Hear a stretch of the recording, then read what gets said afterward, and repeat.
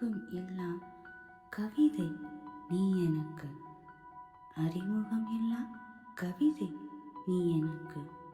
உன்னை படிக்கின்ற தருணம் என்னை நான் தொலைத்தேனே. நிலவு கூட எனக்கு துணையாய் நிற்கிறது. உன்னை படிக்கும் ஆர்வத்தில் மின்மினி பூச்சிகளின் ஒளியும் கூட கைகோர்க்கிறது விண்மீன் கூட்டத்துடன். நான் ஏன் தனிமையில் வாடுகிறேன் என்ற ஆராய்ச்சி பார்வையில் என்னை நோக்க அவைகளுக்கு எப்படி சொல்லி புரிய வைப்பேன்?